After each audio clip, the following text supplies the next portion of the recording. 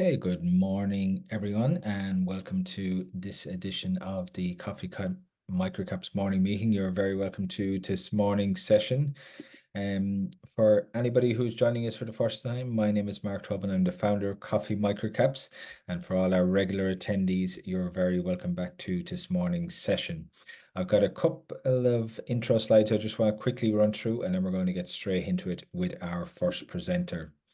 I'd like to make special mention of RAS, Research as a Service, who are our sponsors here for all our online events at Coffee Microcaps. If you are looking for some research on some small and microcap companies, probably not covered by any of the sell-side analysts or brokers, please do check out their website. Quick compliance and disclaimer slide, and a welcome to any of our friends from ASIC. For anybody who is joining us for the first time this morning, the companies we normally have presenting on here, generally on a weekly or bi-weekly basis, capped under 300 million in revenue, approaching cash flow break even, or indeed are already profitable. We generally don't have companies from the resources or biotech sector, so what I call industrial microcaps, which spans financial services, technology, hardcore industrial businesses, FMCG businesses, basically anything else that's not resources or biotech. Structure this morning's webinar, we've got 4 companies presenting this morning. Each will have a 30-minute slot, which we'll break down into 20-minute presentation and 10 minutes of Q&A. If you do have any questions for our presenters, please type them in the Q&A box at the bottom of the nav bar rather than the chat function. Just makes it easier for me to moderate the questions to our presenters. And please note the webinar is being recorded and will go up on the Coffee Microcap YouTube channel on Monday morning. Follow us, you can pretty much get us on most of the socials. Twitter is probably our main one. YouTube, as I said, for the recording of this webinar, and indeed any of our previous events. We've done over 100 of these now, so well over 200 microcap presentation are on there. LinkedIn, and I do write a free monthly newsletter, which you can get on the Substack platform. Our first presenter, who we're going to come to now in 1 minute, will be Billy Tucker from Beonic.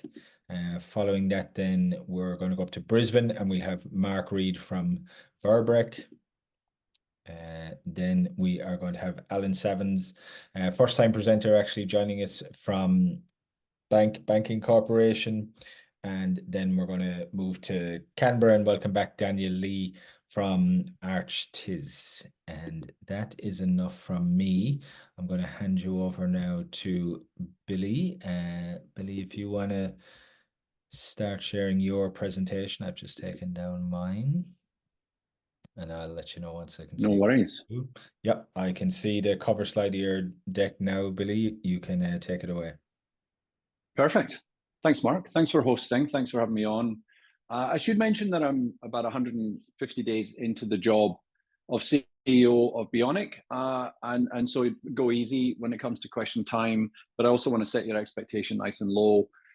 Look, I'm going to give you a quick introduction to Beonic, but many of you will remember the business as Skyfi, and in fact, many of you may have seen representation of Skyfi on this program. So many of you, or some of you, may even be rolling your eyes a little bit, thinking, "Oh, here we go. This is Skyfi again." But I want to bring hopefully a new overview of the business, a new overview of the business as Beonic. And I'm going to start with some fairly honest takes on the company and its performance. So hopefully that will be welcome. Now, we are the leading provider of IoT solutions to airports and retail, in particular retail property. So think about big shopping malls like Landsec in the UK, the biggest shopping mall provider, folks like Westfield, Dexus, GPT, etc. Also retail brands, but in particular, since we acquired CrowdVision in 2021, we've really been focused quite heavily on airports. It's a very significant opportunity. And it also so happens that we think about airports as very large shopping malls with a transit hub attached to them. And therefore, the synergy between those two target verticals is very appealing.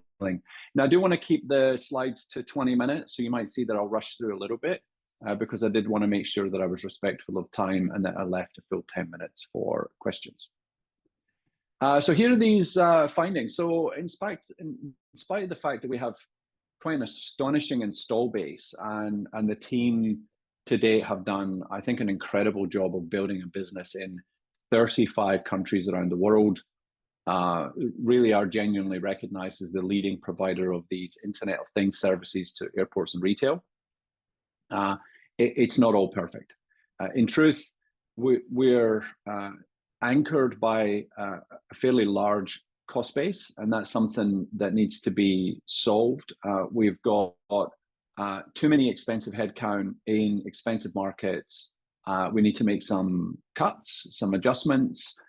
We're trying to the best extent possible, make best use of our offices in lower cost markets like Sao Paulo, Belfast.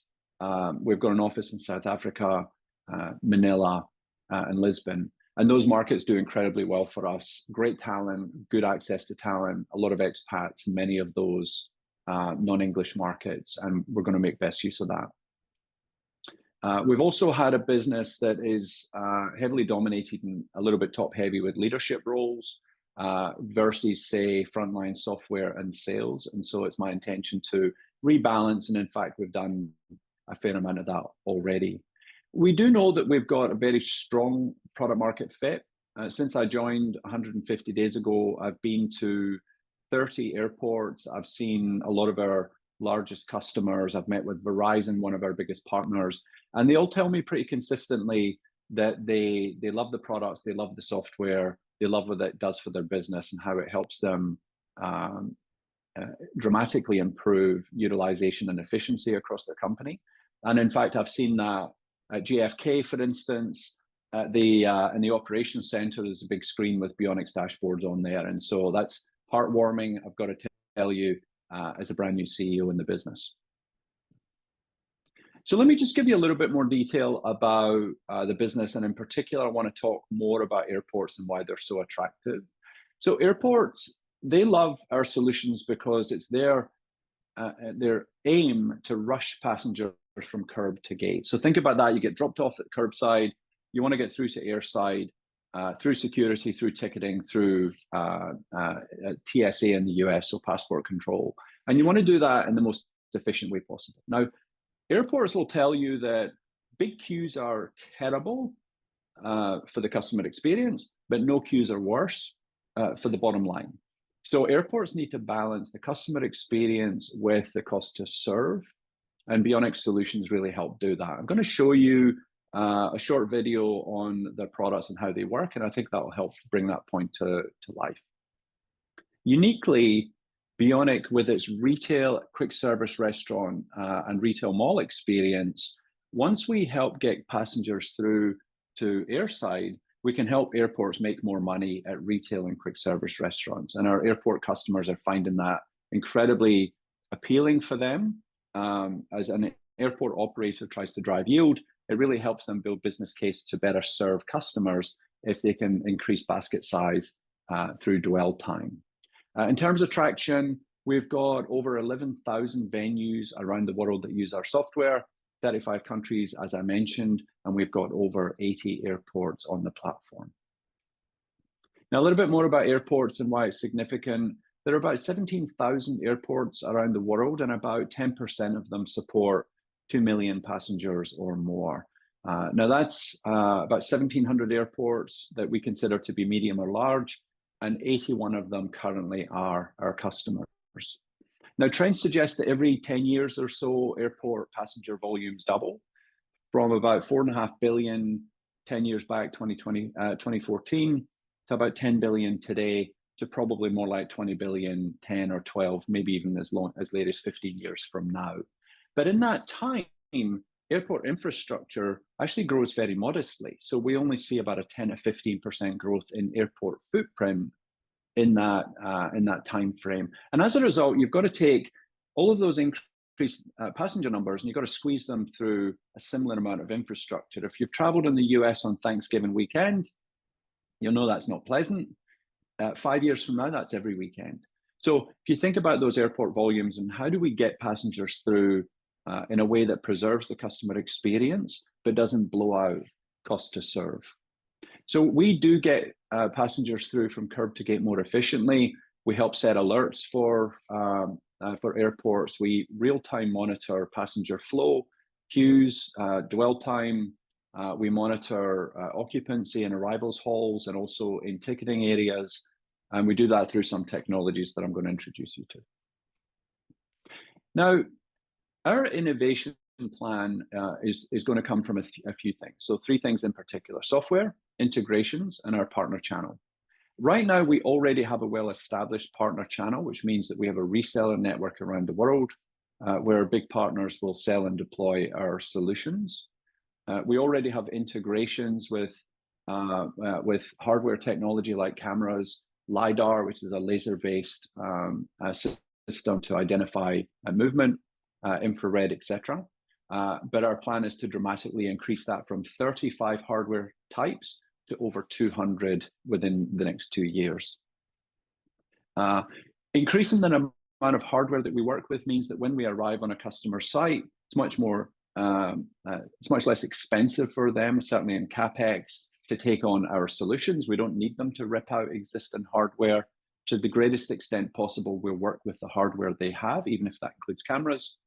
And by doing so, actually dramatically increases the switching cost. So makes our products more sticky if any subsequent provider of software services required them to remove hardware that we didn't have to. We're also working to increase the number of presentation devices. So I mentioned that screen in the back room at JFK. That's only one presentation device. We work with mobiles, app wrappers. We work with wayfinding screens. So in IKEA in the US, we're working with them to help identify people flow, so customer flow, occupancy, and divert customers to specific self-service queues based on the current queue length, which is really quite an innovative solution for big retail. I mentioned that we've got over 11,000 venues. That presents us with a significant opportunity for upsell and cross-sell, and that requires us to build more specific modules into our products. Stuff that we've typically done in the past for proof of concept for big malls, for instance. What is the impact of weather on car park utilization? We'll bring that to bear for more of our retail customers and airport customers.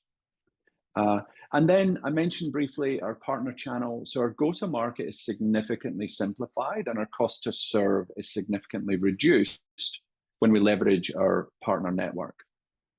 So we've got to really use partners in order to dedicate maximum time and effort to our core product, which is airports and airport retail, allowing partners to serve those non-core, for instance, stadiums and universities and hotels.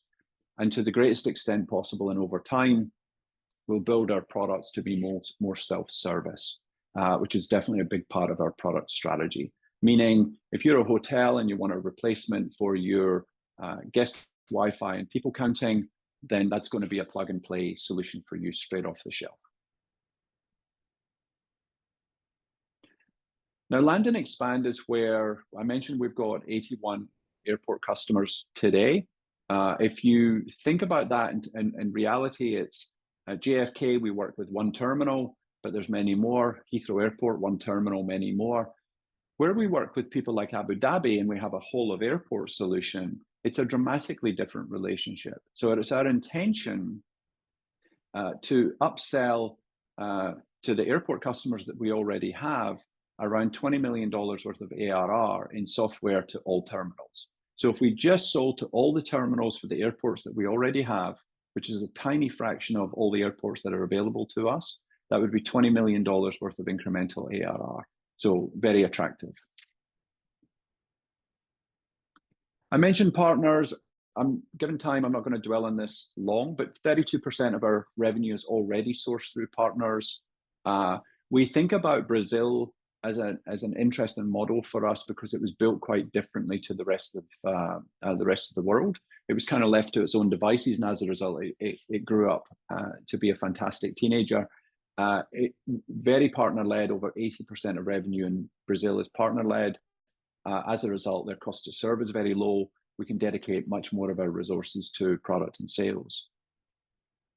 Right now, 48% of all ARR is partner-led, but there is intention to grow that to over 80% of ARR within 3 years. And that means taking our existing partners and formalizing those relationships through certification, providing them with better collateral, and really sending them on their way to go sell on our behalf. Now, we know from our experience that when we talk to customers, partners like Capgemini, for instance, they're highly motivated to on-sell products like ours, because it gives them access to very large, long-term re-engineering projects for places like airports, stadiums, universities, and the like. So the reception has been great.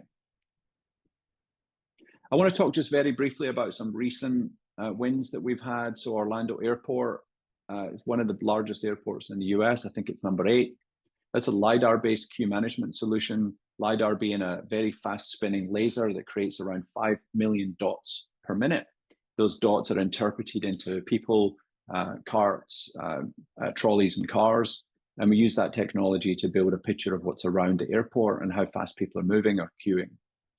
We also sold to Ford Field Stadium, which is home of the Detroit Lions, North America's largest sporting arena, and also to a cultural center in the UK called We the Curious. And finally, Brazil's largest privately held medical group, Hapvida, we signed 26 hospitals and 150 clinics, and that's all happened in 2024. This is a short video just showing what the product actually looks like. What you can see here is LiDAR is creating images. These blue dots are individuals. The gray lines are the paths they typically take. Those paths become thicker as they're more used. We convert that through a series of rules into queue times, dwell times, occupancy numbers. And as those green boxes turn orange and red, alerts are sent to the operations team to tell them to go send more staff. If, for instance, it's a rainy day, we're seeing high occupancy, our rules will allow that operations team insight that they need to clean the bathrooms more often, for instance. We know that bathrooms in particular drive customer dissatisfaction, and on rainy days, they need to be cleaned 30% or so more often. And that gives the operations team in an airport a real advantage when it comes to optimizing the customer experience, but with cost to serve in mind. We've got $29 million worth of qualified deal pipeline. Feel very good about that. That's a good number for us, good cover. Our sales cycle in airports can be quite long. Sales cycle in retail, a lot shorter. Sales cycle in hotels is the shortest. So as we think about that blended pipeline, I feel good right now that we've got good coverage for our targets. I mentioned cost reduction and our intention to move headcount. You can see already on the right-hand side that we have reduced our headcount quite a bit. And we're also on the left-hand side, you can see that we're almost at 50% of all headcount in low-cost markets. And again, that is a key part of our goal. We've moved from 105 staff in FY22, we'll get to 81 staff by August this year. So just in summary, the plan is we're spread across way too many markets and verticals. We need to focus. We've got to double down on airports and large retail. It's a significant opportunity, very sticky business for us when we win it. We've had a lot of success so far, and we continue to do that. And we're going to extend our reach within the airports to other terminals, but also to take more advantage of the retail knowledge that we have from elsewhere in those 11,000 venues I mentioned. Increase the compatibility with hardware, which reduces the switching cost to our product, but increases the stickiness of the product. And we're going to continue to drive costs out of the business on an ongoing basis. Just in terms of our Q3, top line revenue, $5.9 million, slightly down when compared to Q2 last year. I'm going to go on and give a little bit of detail why that's actually okay. Year to date, total operating revenue, $18.2 million, up 5% when compared with PCP. Recurring revenues, $4.2 million, 5% up on PCP and 1% up on Q2. And we exited Q3 with $16.7 million worth of ARR. That is slightly down in last quarter, but an improvement on 4% up on PCP.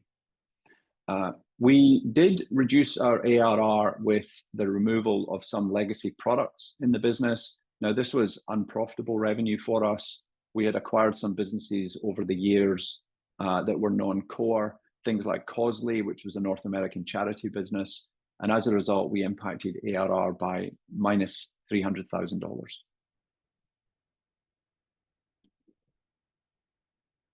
In terms of the cash flow and balance sheet, Q3, we had operating cash outflows of $530,000, of which $260,000 related to one-off restructuring costs.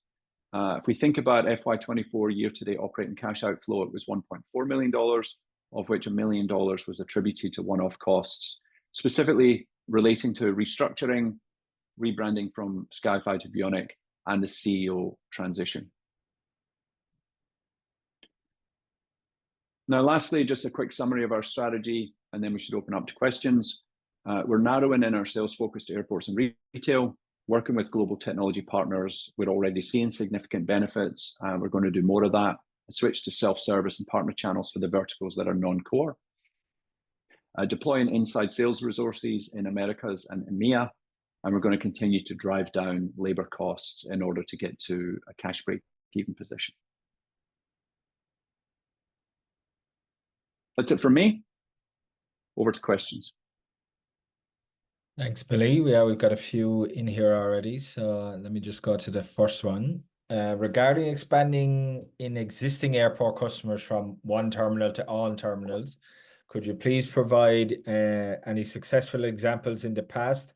If there's any airport declining to expand, what's their reason? So yeah, maybe we take, JFK or whatever, they've obviously got one in there, why haven't they expanded to others, or are they still, tied up in a contract with another provider for these other terminals?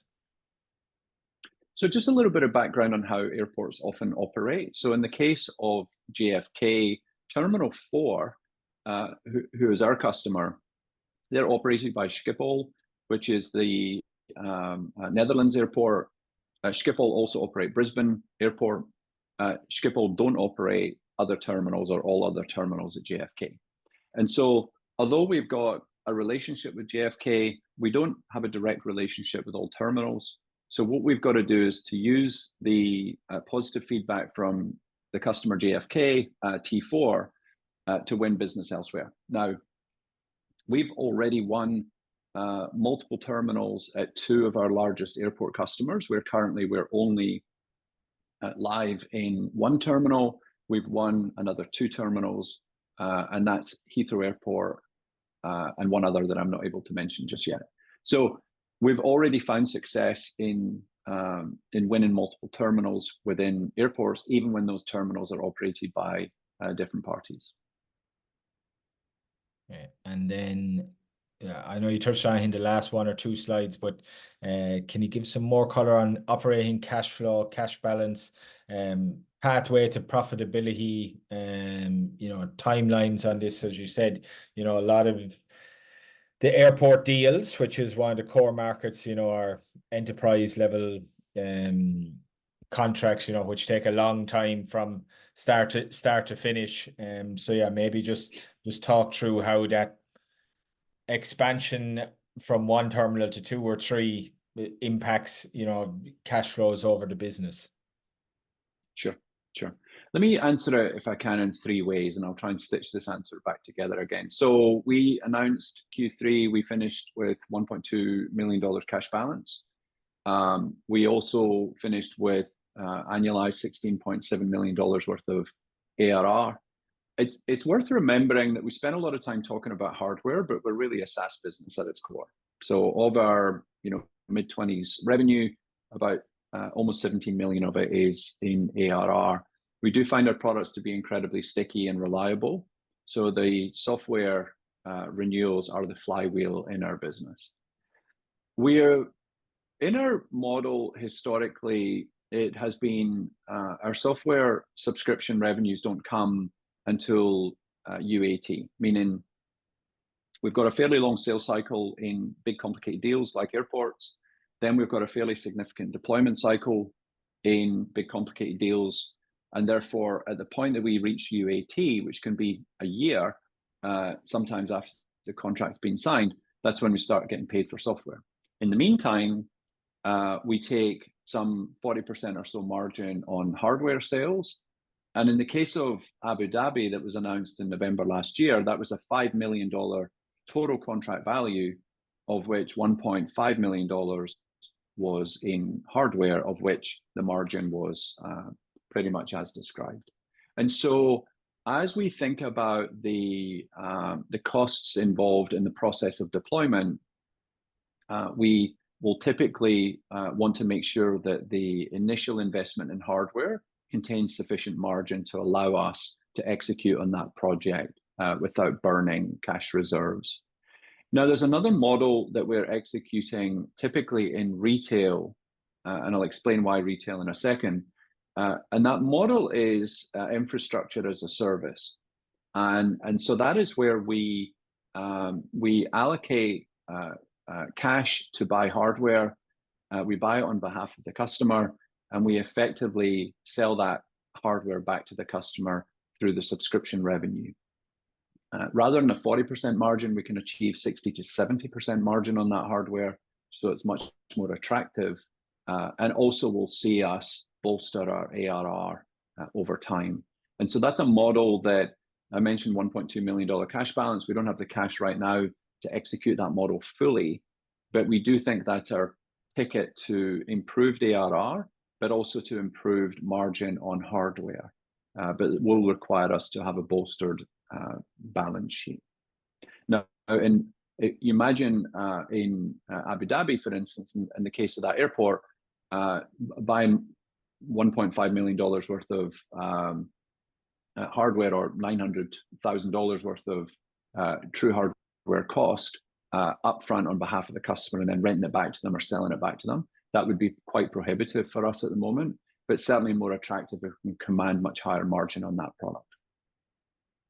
And then one question for me, I think, then to maybe wrap up, Billy, you talked about expanding the integrations with, various pieces of hardware to, make it more attractive to the airports to actually come online.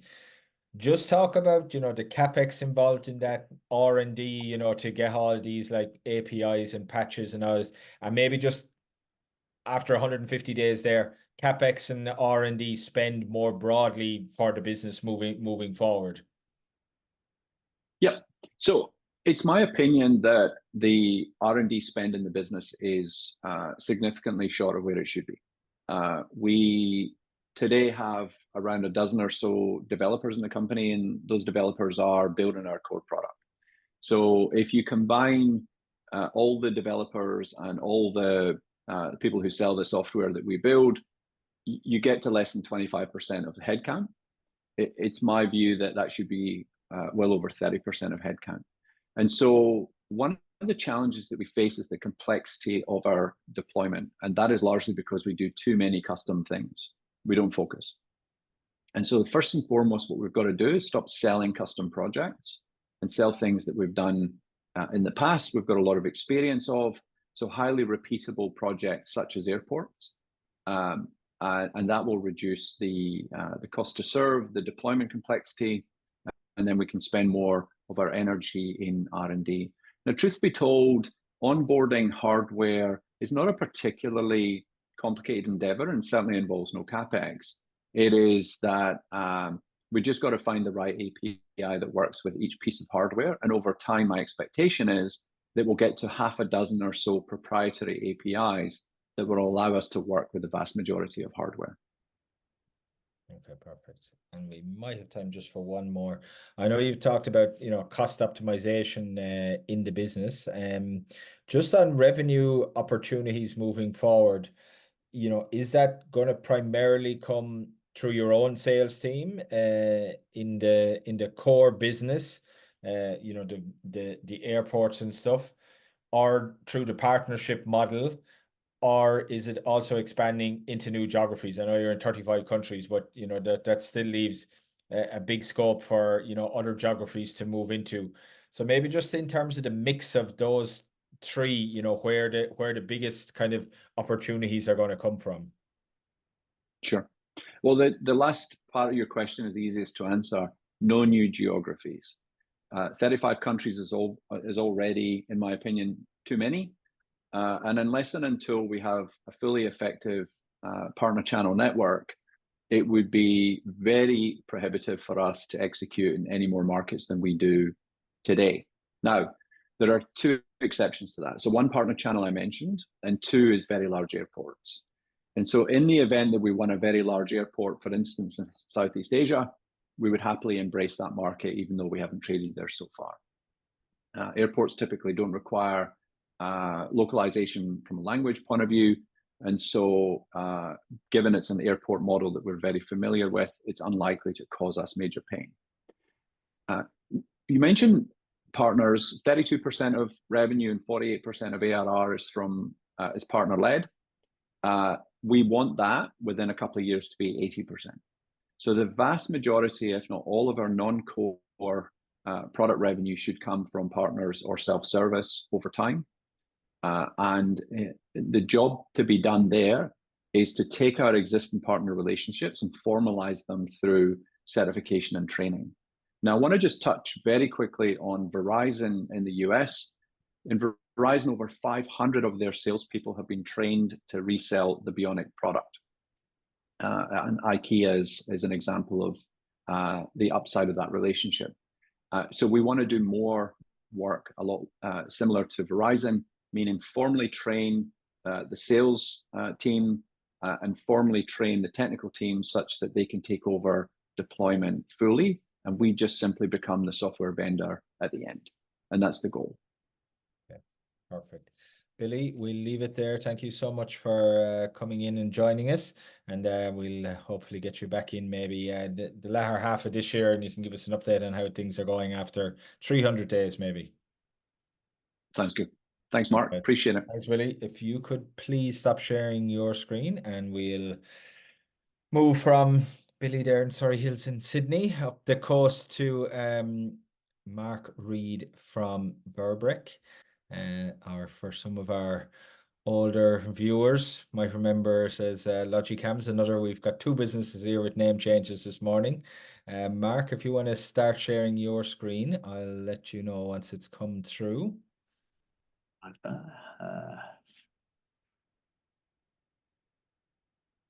How are we doing there, Mark? I can't see it just yet, Mark. Hang on. How about that? Is that working? Yep, I can see the cover slide of your deck now, Mark. Great. Okay, hopefully you can hear me okay there, Mark. Yeah, audio sounds good. You can take it away. Right.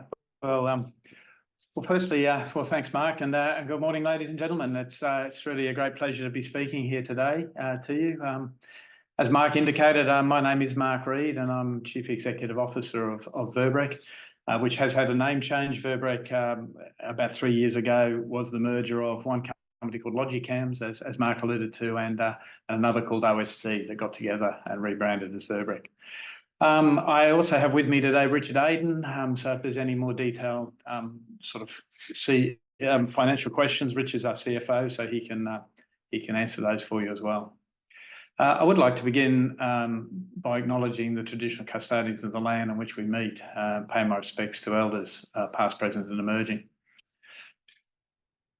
So for those who don't know me, I'm an electrical engineer by training. I started my working career with BHP before moving to the employee-owned engineering consulting firm, Sinclair Knight Mertz, or SKM, which people may be aware was later bought by the big American engineering company Jacobs. I spent 20 years at SKM, grew the Victorian operation there before becoming COO and finally the global general manager of the oil and gas and mining and metals division there. Lucky enough to oversee a tenfold growth over a 4-year period in that business during the heady days of the mining boom in the mid-2000s. And then moved to Sedgman, the coal processing company, as their public listed company as CEO and managing director, and achieved some spectacular share growth in the late 2000s. So So that was a fun ride as well, and look forward to doing that again here. I was appointed about a year ago, so unlike Billy, I've had 360 days in the role as CEO of Verbrec, and I'm very proud to stand here today, talk here today as the CEO of a fine company called Verbrec. The disclaimers and disclosures, you know, if we may, this presentation may contain some forward-looking statements or forecasts, but that information certainly should not be relied upon for making judgments on future performance. And at this stage, Verbrec is not providing any earnings or revenue guidance. Hate starting with an apology, but firstly an apology. In order to be able to keep to my allotted 20 minutes today, I'll be speaking to a significantly reduced slide deck from the one that was posted on our ASX site a couple of days ago now, which has some more details, some more colour and slides. Of course, happy to talk to any of those slides or anything else for that matter that's of interest to the audience during the Q&A session. Today, I see the three things I'd like to do is to provide an overview of the Verbrec business, Verbrec's strategic advantage in the marketplace, and our exciting pathway to continued growth in the energy transition sector. I'd like to think if I achieve nothing else in the next 30 minutes, I'd like to leave you with three main takeaways, and that first takeaway being that we have repaired the business. You know, we are now on a stable, profitable footing to go forward. Secondly, as a business, we've got brilliant people, some really great market-leading technologies, and some exceptional client relationships. And thirdly, we have now a very clear strategic vision that allows future growth in that energy transition market, and a market which is a real sweet spot for us in terms of our skills and technologies and our people and our clients. In short, Verbrec, our tagline, aims to enable a sustainable future for our clients and their customers in order to become a recognised partner for a sustainable future. So what is and who is Verbrec? We're about 400 people, actually probably a few more these days, 400 team members. Our offices are all over Australia and New Zealand, and our turnover, as we sit here today, is around about 100 million per annum. Primarily, we service the Oceania region, including Australia, New Zealand, Papua New Guinea, and the Pacific Islands. And we have three core markets. We're an engineering provider. We provide engineering services to the energy, the mining, and the infrastructure markets. And our growth is focused on three transition markets that I'll talk a little bit more about in subsequent slides. That's around the whole electrification and energy storage market, the gas market transition, and the sustainable mining markets, as well as part of this enormous energy transition we're going through in the next sort of decade, generation, and more. So when I say we're a professional engineering service provider, we provide engineering services, we provide asset management services, we provide operations and maintenance services, training, as well as some mining technology services. What really differentiates Verbrec is that from our competitors, that we provide services across that entire life cycle of the client's asset. You know, it means that we're in a very unique position to create long-term partnerships with those clients, and our relationships with clients are very enduring. So just stepping through the sort of the capabilities we provide. Firstly, we provide robust engineering services, which add a significant value from the concept and study phase in a project when someone's building something, through a feasibility study of the project, through to a fit for purpose design, detailed design for that particular project, that particular asset. And then we can step through into the procurement and the construction and the commissioning of those new assets, either directly through some sort of turnkey construction, or as the owner's engineer managing the quality and the schedule on behalf of the clients of that construction. So all those elements together, we lump together as engineering services. And then we have an asset management piece, which simplistically adds value to the asset and the management of the asset. And we like to integrate those services very early on with our client to provide the best operating methodologies, the best practices to increase that asset efficiency, reduce asset costs, and improve asset productivity. And then we stay on the journey into what we call infrastructure services, which is our operations and maintenance piece. We physically manage some assets to provide best-in-class on-site operations and maintenance services. For example, as I sit here today, we're operating 1,200 kilometres, 1,200 kilometres of gas pipelines around Australia. And then we have a training element, which is a very high growth area of our business. It's a specialised training business which focuses on high voltage hazardous areas, renewable energies, and it really ensures that the client's workforce has suitably qualified people to construct and operate their assets. It also means that we can apply some of these smarts in the operations phase and the asset management piece as well, and the training when we do the next design. So we learn from what we get, what we experience in the field, and apply that to the next design. So it means the next design we do is better than the last one, and maximises the whole of life value, asset life value. I suppose the other thing is we don't simply do construction, asset management, operations, maintenance, or training without focus. We need some focus, and that focus is all about our engineering expertise. We'll only engage in these other activities, these so-called step-out activities, where our engineering expertise actually adds value to those other services, or put very simply, it really adds value to the client, who in turn gives us value back in return. The Verbrec advantage, really, it's all about the things we talked about before. It's about having this whole of life journey. It's all about staying close to our clients. It's all about being nimble and responsive for our clients. Or put simply in our tagline, leveraging deep expertise and technology across the whole of asset lifecycle, enabling a sustainable future for our clients and their customers in our core areas of energy, infrastructure, and mining. And on the subject of clients, our approach is working. We've got fabulous client relationships we've had for a long time. 12 clients generate 50% of our revenue.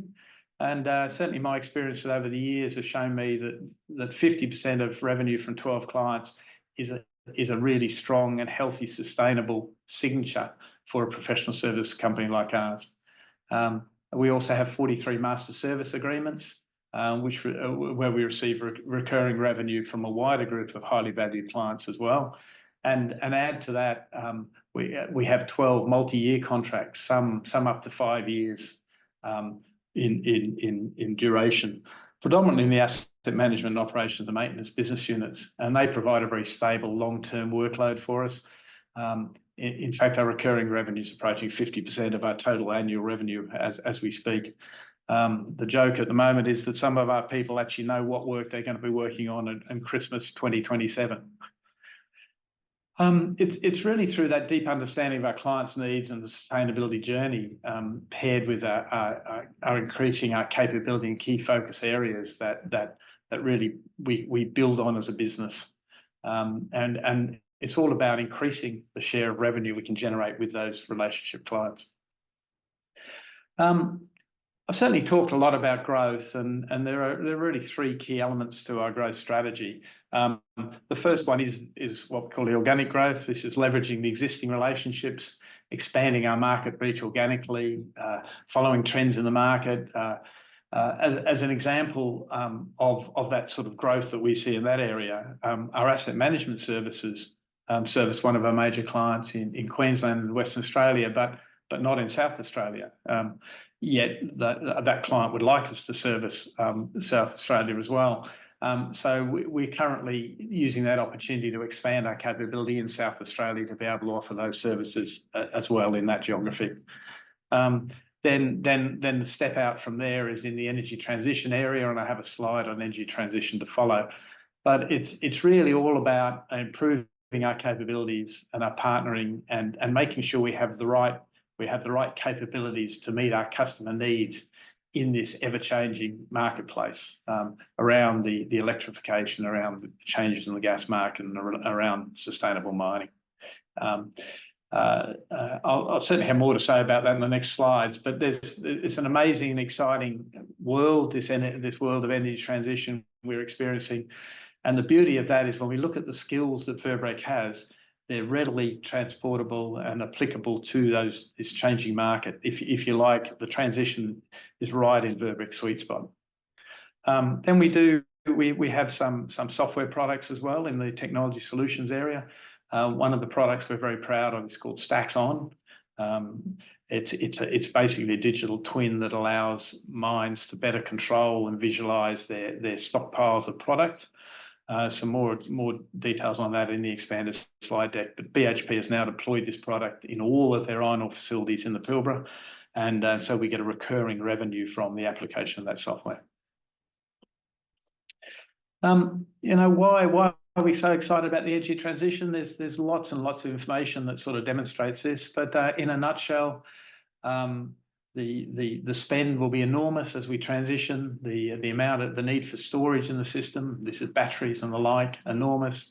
The demand for gas and the installed generation capacity in gas will also grow, and the investment, is well, the latest AEMO integrated system plan indicated expenditure of sort of over $200 billion, enormous market for us. So I've talked a bit about the changing landscape. I would just like to focus on one area, and that's the gas market transition. The transition, gas used to be used as a baseload fuel. It's now used as a firming or peaking fuel. And it's really the fuel of last resort to keep the lights on. If the sun doesn't shine, the wind doesn't blow, and run out of battery supply and run out of water, if you don't turn on a gas turbine, you're not going to have lights on. So it really plays an important part in the system. But this changing operation regime has shown the need for more storage, gas storage that is, carbon capture and storage, new maintenance approaches, modified operational practices, and even import and export terminals for gas. So all in Verbrec's sweet spot. And we're sort of very excited about that sort of engagement with our clients to solve some of these problems. And of course, over time, that gas will not necessarily be LNG. It'll be biogas, it'll be hydrogen, all areas of strength, again, for Verbrec. We're already on this renewable journey. I won't spend a lot of time on this slide, but it really seeks to show that of our three major markets, that we are now seeing more and more of the activities associated with the energy transition. For example, in the gas market transition, 37% of our work now is around energy transition. The full slide deck on the ASX presentation does highlight some of the projects we're doing in the renewables area. Just draw your attention to a couple. There's a biogas project in New Zealand producing gas from curbside waste and putting it into the domestic system. We're working on advanced battery technologies at the moment, the types of batteries that will take over from the current lithium-ion style batteries or the Tesla style batteries, if you like to think of them that way. So a lot of activity, a lot of exciting projects, a lot of great stuff for engineers to get our teeth into. I did just want to spend a little bit of time talking about our financials as well. You've seen our half-year numbers. They're here in summary. It's really a story of recovery. We undertook some really important activities in the first half of 2024. We did a full review of our business. We focused on the recovery. The most important areas that we focused on that I'd like to draw people's attention to is the full operation. We did a full operational review, and we had a significant reduction in overhead, not cutting overhead for the sake of cutting overhead, but reducing overheads that did not make sense to spend and looking at how we can invest some of those rare commodities, that is overhead dollars, into the growth of our business. We've closed out a number of our legacy and poor performing projects. We had some projects that were quite frankly a real problem for us. They're gone, they're over, we've resolved them, and we're moving on. And we made some changes in the way we bid jobs, the way we manage jobs to make sure we never see that again. We did a capital raising to improve our balance sheet. We're certainly happy to take more questions on that if people would like. And we divested some of our unprofitable parts of our training business in particular, which gave us a significant improvement of our performance. On a continuing operation basis, you can see we've generated a profit of about $2.9 million in the first half, a significant turnaround from last year. These initiatives have certainly resulted in a strong half for Verbrec on a continuing operation basis. Some of the key metrics there you can see an increased gross margin from approximately 25% to 35%. And we'd like to think that we can continue to improve that. That's certainly our aim, to improve that gross margin going forward. And increased EBITDA margins as well from 2% to 10%. And again, our aim would be to hold it at that and to continue on an improvement process over time. And a significant reduction from all the initiatives we talked about in our cost of sales. All trends we'd certainly like to continue into the future. So I guess in summary, we're really excited about the opportunity Verbrec has to take advantage of this once in a generation market evolution. One that will last probably even more than a single generation. As recently as a second half year of 2023, I'd have categorised Verbrec as a mid-tier engineering service provider. I no longer see us that way. It's the hard work and the dedication of the team, giving us the operational efficiencies and the strong client relationships and the trust and the investment in the sustainable future for both us and our customers. I see that we really are a recognised player and a recognised partner for a sustainable future. So we're proud of the role we're playing in the market evolution so far, and there's so much more to come. So I might leave it there and hand back to Mark, but thank you very much for your time, and I look forward to your questions. Thanks, Mark. Yeah, we've got a few questions already. I think the first one might be for Richard, but feel free if you want to comment on it as well. Just on cash flow in the first half they say was weak here, largely due to a large decrease in payables. General lumpiness aside, in a business like this, is working capital now at a more normalized level, and should we expect better cash conversion from EBITDA moving forward? And I think that also talks to maybe the discontinued projects as well. Yes, I will hand that one over to Richard. Mark. Yeah, thanks, Mark. Yeah, look, it's a good question and one that we can address. We did obviously have our banking covenants were breached at our full year last year, and there was a bit of remedy required on our balance sheet. We had to address our payables position, and we've reduced that substantially, as noted by the question. We are seeing more normalised cash flow now. We are expecting to be cash flow positive from operations for the next period, and we do expect to, with the results that we're getting and the EBITDA, to expect better cash conversion. So a good question, and it's a good pickup by the person asking that. But yeah, we do expect to see normalised going forward. Yeah, and Richard, this might be another one for you as well, or maybe Mark, and I might just tag on to the end of this question at part two. How does recurring revenue gross margin compare to the more one-off project revenue? And then Mark, it might be in the bigger deck, but just maybe if you could touch on margins between the three main businesses. If we're talking about the engineering, the asset management, the training, maybe just at a high level, what you see in those particular businesses. Yeah, sure. Look, let me kick this off, and I'll throw to Richard to give some specifics. But as the viewer rightly pointed out, we do have different margins in our businesses. The stacks on software business, much higher margins. Training business is a good margin business. The longer term sort of operation and maintenance business has lower margins, but obviously longer term and sort of far more security of revenue as well. Richard, perhaps you want to put some specifics to that. Sure, Mark. I mean, if we look at, we do have different margins as as Mark commented on, and really the impact to our margins going forward will be impacted by the areas of growth that we see within the various business units. I mean, to give you a rough idea, our revenue comes around 50% from our engineering group, about 20% each from our asset management and infrastructure services, and the remaining 10% through training and our software group. The largest margins we see through that is through the 10%, the training and the software services, and obviously, as Mark has already mentioned, the recurring revenue and the longer term contracts tend to be at a lower margin. So as we move forward, we are taking steps to address some of those underlying contracts and creep the margins up. But our growth areas will be in the parts of the business that have stronger margins.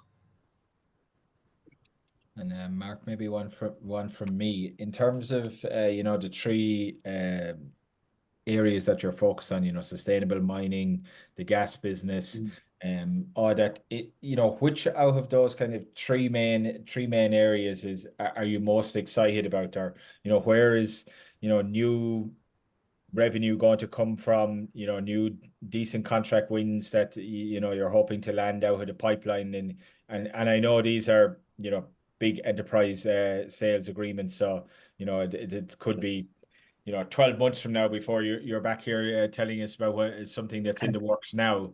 But out of those three, where are people, whether that be state governments, federal government, or some of these big providers who are now subcontracting the work down to you guys for particular expertise, and maybe just give us a sense of where the most exciting part is. Sure. Can I start by saying I have three daughters, and you're asking me to choose one daughter over the other two, to be honest, Mark. But they are all great growth areas for us, and areas where, as I indicated, we think we have technology and client relationships that really put us in the sweet spot. But if you put me on the spot, I would say the gas market transition piece has surprised us in the speed of change in that market. People are starting to see that we really do need some gas to keep the lights on, and so we've seen a lot more activity in the last few months in that space. So we're very excited about a lot of the opportunities there. Some, as I indicated, some new gas pipelines, some changed operations, some sort of firming gas turbines being put in with the need for gas connections. Some of those areas. So we're very excited about that, and we're seeing a lot of activity in that space now. But I don't want to belittle other areas. The whole battery and energy storage electrification is massive, and we're seeing a lot of activity with our engineers in batteries and battery installation. Not only the newer sort of long duration batteries I alluded to in the presentation, but more generally. And we're seeing a lot of our clients going on that journey, and so they're doing a lot to reshape their businesses, be it in terms of where they buy the power, but as well modifications within their plants to make them more environmentally friendly as well. So we're seeing a lot of work there. And of course in the mining space, similar. So I probably haven't answered your question very well, Mark. And we are seeing activity in all those spaces, but probably as of today, I would say the biggest change that we're seeing would be in that gas transition space. And then we got a question here on inside ownership, and the comment is it's a bit on the low side, but maybe if we just broaden out the question, Mark, to just talk about, obviously this is two businesses coming together with two different registers, a cap raise, not too long ago. Maybe just talk about maybe the top 20 and how the register is looking more broadly, and if you have, as part of the you coming in 365 days ago, is a broader employee equity plan part of the strategy moving forward within the business? Yeah, thanks for the question, Mark. It's the register itself. When you look at it, our largest shareholder is actually Brian O'Sullivan, who was the OS out of OS Design, one of the parties that came together. So you'll see him as a major shareholder and a very active board member, may I say, still. And there are one or two other long-term people from the OSD group on there as well. Greg Bartley is one I can think of. Then the rest of our key register is a couple of high net worths. Candy Blossom is one, and people like Thorney and Richard, help me out. Anyway, yeah, a couple of others. I think, yeah, look, we have a broad section of institutions that came in on our register at the last capital raise of 4 million to address the question that came in as part of that capital raise. The executive leadership team within Verbrec, and that was 10 or 12 of us all participated in that capital raise. So while we're not necessarily up there in lights, certainly the senior management within Verbrec bought into that capital raise and continue to support the business. And we're very pleased that within that 4 million capital raise, the majority of it was to institutional investors from our provided by our corporate advisors. And just to add to Richard's comment there, yes, so all the leadership team and all the board came in at that cap raise. The other thing I'd say too is we've implemented a long-term incentive program which has performance rights that incentivises the senior leadership team as well in terms of performance rights based on performance related to the company performance generally. Mark, Richard, we're going to leave it there. We're just bang on time, so I will just say if you could please stop sharing your screen. I think, Mark, you're sharing it, and we will hand over to our third presenter of the morning, Allan Savins from Bank. Allan, if you want to just start sharing your screen, I'll let you know when I can see it coming through.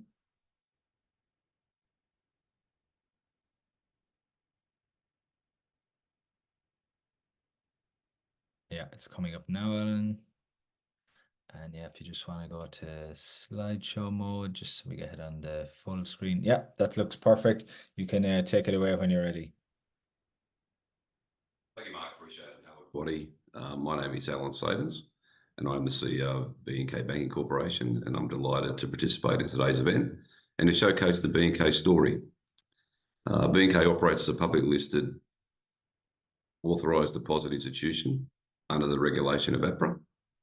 B&K holds an unrestricted banking licence, functioning within the Australian financial services sector.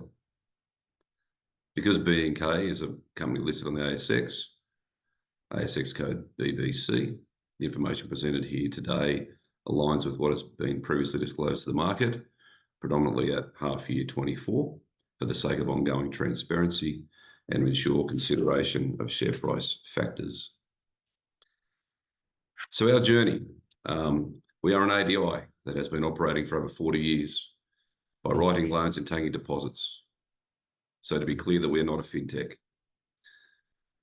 We started life as a credit union, Goldfields Credit Union, back in 1982, and we demutualised the company and listed on the ASX in 2012. A strategic shift in the business model then occurred in September 2018, when the bank merged with a mortgage aggregator called Finsure and a non-bank lender called Better Choice Home Loans to uplift and enhance its distribution, underwriting and loan servicing capacity. This saw a further strategic shift in 2020 with the closure of our 2 branches, and at that point origination became online, predominantly through third-party intermediaries. Important to note that all B&K loans are sold under the brand of Better Choice and not B&K, and deposits are currently sold under the brand of Goldfields Money. Funding diversification was established throughout 2012 with the establishment of a BEO and Adelaide Bank prime residential warehouse and an off-balance sheet Goldman Sachs specialist residential warehouse for 500 million. February 22 saw the sale of the Finsure business for $152 million, which represented 30 times cash earnings and 2.5 times its book value. So from the sale of Finsure, this has well capitalised the bank. and underpinned the expansion in a higher margin SME business in August 22. In March 2023, we saw the acquisition of $150 million of higher margin residential loans from the Goldman Sachs off-balance sheet warehouse. As B&K already originates, underwrites and services those loans, and they already sit in our system, it made good sense to acquire them. In Q4 FY23, B&K recorded its maiden cash profit for the quarter. And given the strong performance of the first tranche of loans acquired from Goldman Sachs, recently in March 2024, we saw the acquisition of a further 80 million of higher margin residential loans from that particular warehouse. Who we are and what our value proposition. We are a bank for enterprising Australians. We've demonstrated a track record of accelerated lending growth. The B&K loan book has now reached 1.5 billion, with 85% representing residential home loans. We've experienced strong compound annual growth rates over the past 2 financial years to 31 December 2023 in loans and net interest income, which will be outlined shortly. Importantly, we have a diversified funding base. We have the optionality to fund the loan book with a combination of deposits and the prime Bendigo and Adelaide Bank warehouse, with all loans currently going onto balance sheet, which is assisting driving profitability outcomes. We also have 1.5 billion of customer deposits as at 31 December 2023, with a direct to loan to deposit ratio of 127%. Direct loans means they exclude the Bendigo warehouse loans, but it demonstrates our ability to raise deposits to fund our growth. And our capital adequacy ratio remains very strong, 19.9% at the half year end December 23, and well above prudential and board limits. It was actually 20.7% as at 31st of March 2024.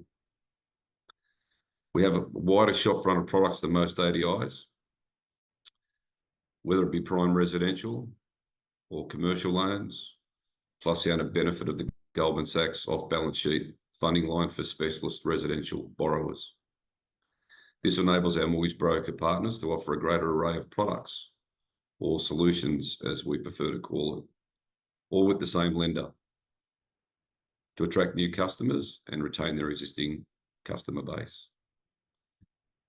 Better Choice, our loans distribution brand, was also a winner of the Best Non-Bank Lender Award at the Australian Lending Awards for 2 consecutive years, and the only 2 years we participated. And a focus on an SME market. And our expansion into the higher margin SME market has made possible due to our existing broker network, which now stands at approximately 12,000 accredited mortgage brokers throughout Australia. Our results overview. So firstly, in terms of our strategic highlights, we have delivered 3 years of consistent sustainable growth with record highs in loans and deposits and a strong focus on cost management. For the second consecutive year, we have exceeded our target of $100 million in higher margin assets by FY24. We've seen a successful completion of the first stage of the technology transformation to drive efficiencies and simplify processes in that higher margin commercial business space. We continue to actively pursue our relationships with new commercial brokers to further enhance our distribution footprint. We're implementing digital marketing strategies to target a broader business market and establish brand credibility with borrowers directly. And we continue to seek and execute opportunities for new deposit classes, new asset classes, and again, inorganic growth. In terms of our financial highlights as at December 2023, net interest income amounted to 8.6 million, reflecting a slight decrease of 1.1% when compared to the prior year. Operating expenses of 9.9 million were down 1.5 million or 13% compared to the first half of 2023, despite inflationary pressures, demonstrating that we remain disciplined with our expense management.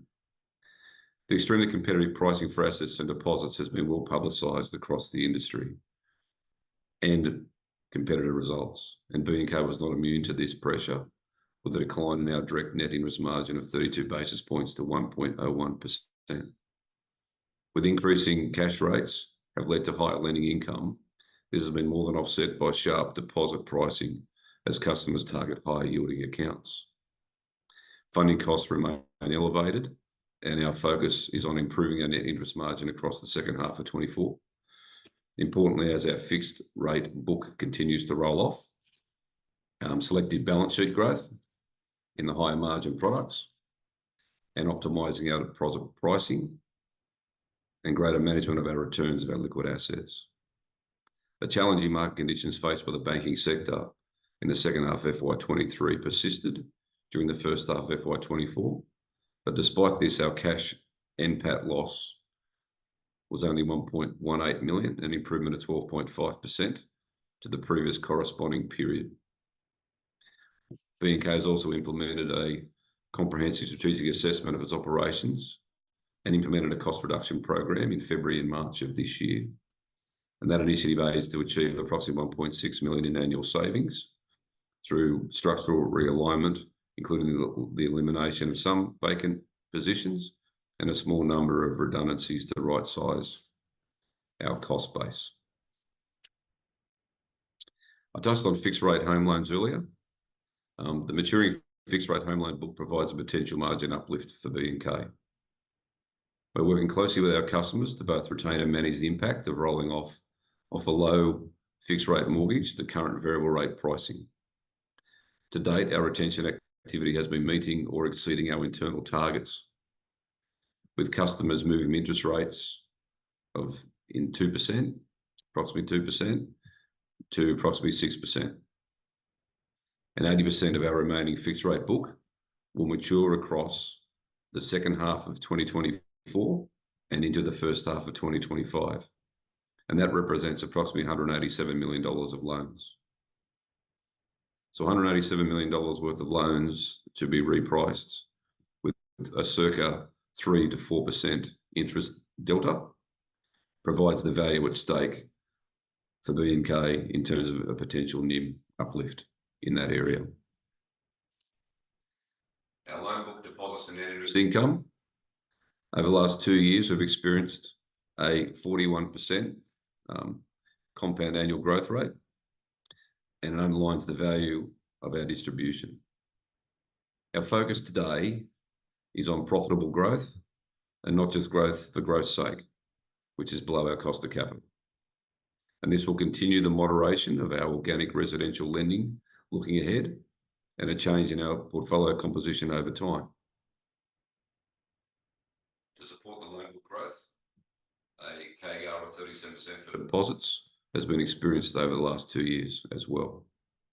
The impact on net interest income in the first half of 2024 is attributed to the heightened competition, deposit customers transitioning to accounts with higher yields, and elevated wholesale funding expenses.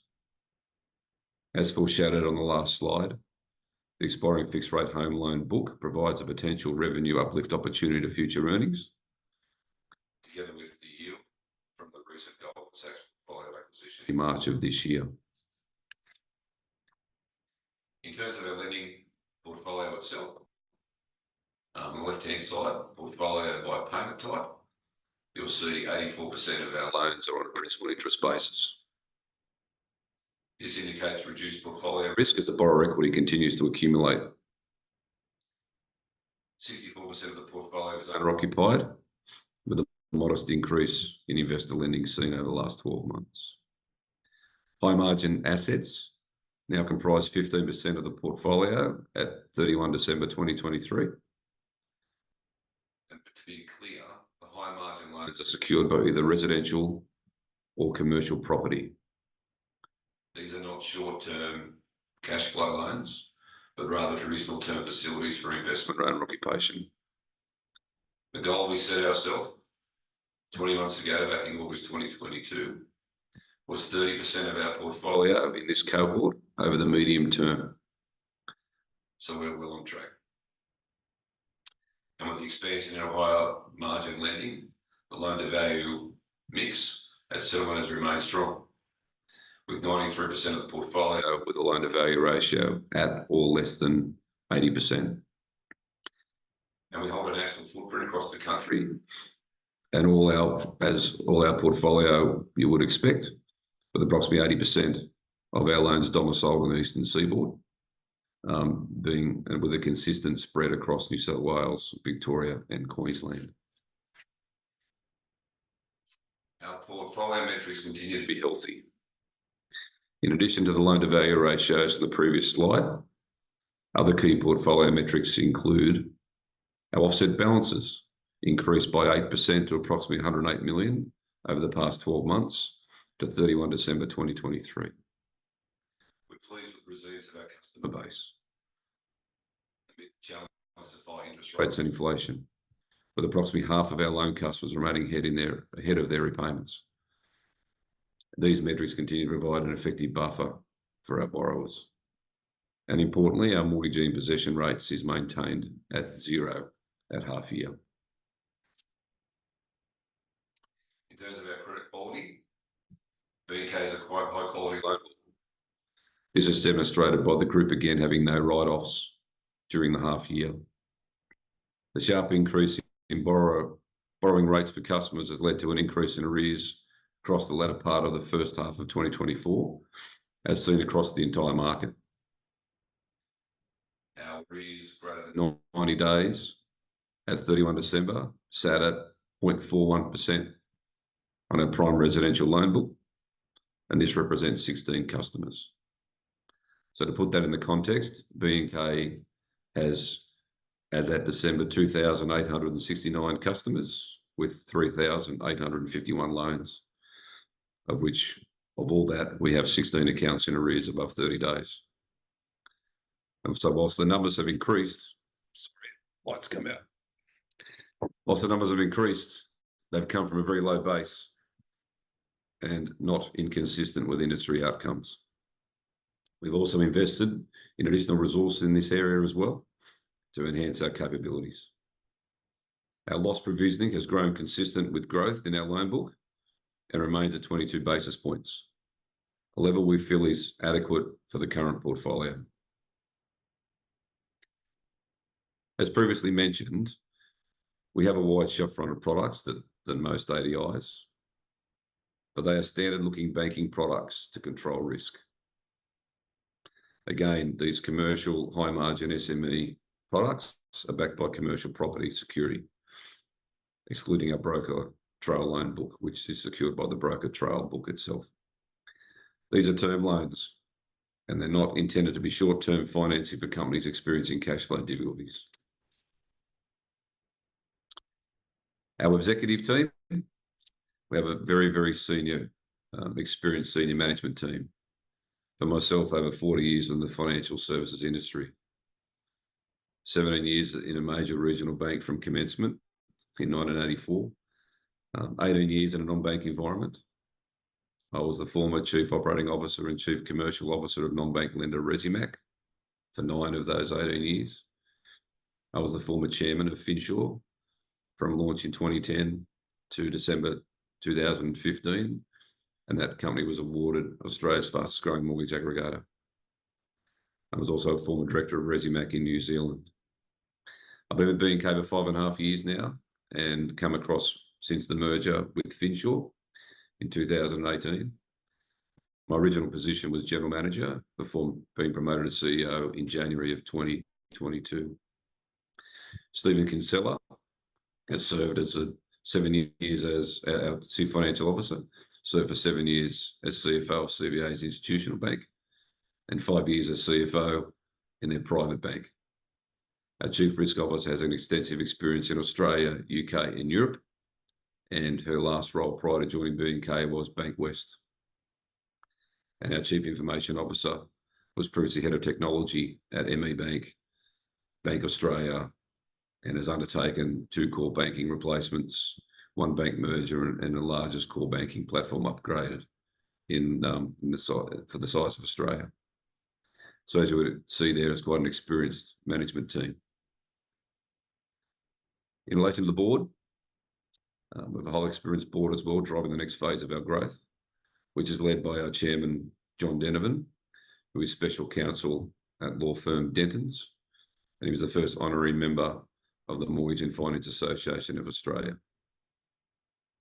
Some other call-outs: David Gratian, who is a First Mac board director, and First Mac is our largest shareholder at 19.9%, and Warren McClelland, who is a non-executive chairman of Resimac Group, that's associated with Summers Limited, and Summers Limited and their associates are our second largest shareholder at approximately 18%. So we are executing on our strategy. We embarked a pivot back in August 2022 to approach higher margin business that had a greater profitability signature and an improvement of writing loans based on our cost of capital. These metrics underpin the strategic shift and represents the bank at scale. And we continue with our transformation of steady and considered growth, particularly in the SME space. Growth and margin are intertwined. We'll continue our pursuit to increase our market share in higher margin secured lending. As I've touched on, we've already achieved our goal of 20% of FY24 settlements in this category for the second consecutive year since the pivot. We are sustainably growing our suite of products. Any new products must achieve a baseline internal return on capital hurdle. And we continue to test and learn to diversify our distribution entry points to further expand into the competitive lending and deposit space. In terms of profitability, we are continuing to focus on cost discipline. Positive jaws being the driver for sustainable profitability. An essential factor for achieving profitability lies in the composition of the portfolio itself. A greater concentration of higher margin assets reduces the necessity for a larger loan book to attain optimal profitability. As stated earlier, our focus remains on profitable growth, and we'll maintain our attention on higher margin asset growth in the second half. We are continuing to actively seek additional cost savings within the business. This effort aims to support future investments and assist in the ongoing earnings improvement of the company.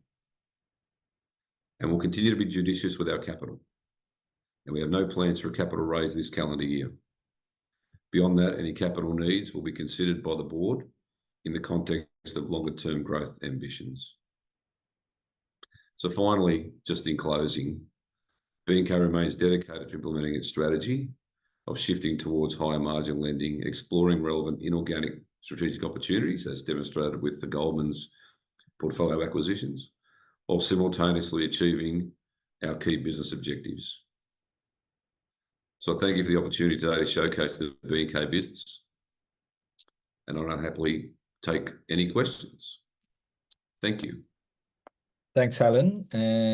I might just kick off the questions here. Just on regulatory capital, if we can just talk about that for a second. I think, I can't remember, it was one of the earlier slides, you said it was up around 19% or just under that 20% level. Now, given you're not one of the big four banks, it probably needs to be more than the big four banks, and it's well over, what APRA would probably say you need to.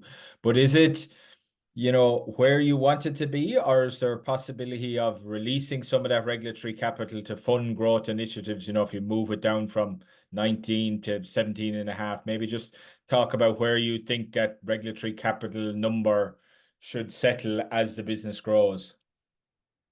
Yeah, that's a good question, Mark. We are well above our APRA prudential limits and our board limits.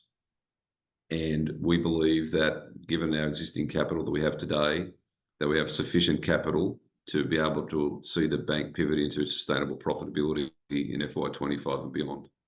So we're well versed in capital. And as I say, we're very judicious with our capital. And, that's why from a residential lending perspective, it made no sense to me to be writing residential loans that are below our cost of capital, because what's the point of writing a loan where it actually is loss making? We must get to the position that the bank delivers sustainable cash profitability to stop the consumption of capital. And when that happens, we believe we've got sufficient capital to fulfill our objectives and our growth aspirations for the immediate future. Hopefully that answers the question, Mark. Yep, no, it does. And then just I'd love to tell you the APRA number, but of course I can't. No. We can take a stab at it when we know what you know, a bank your size versus what you know, CBA and I Westpac understand. are. It's going to lie somewhere in that spectrum there. So that's fine.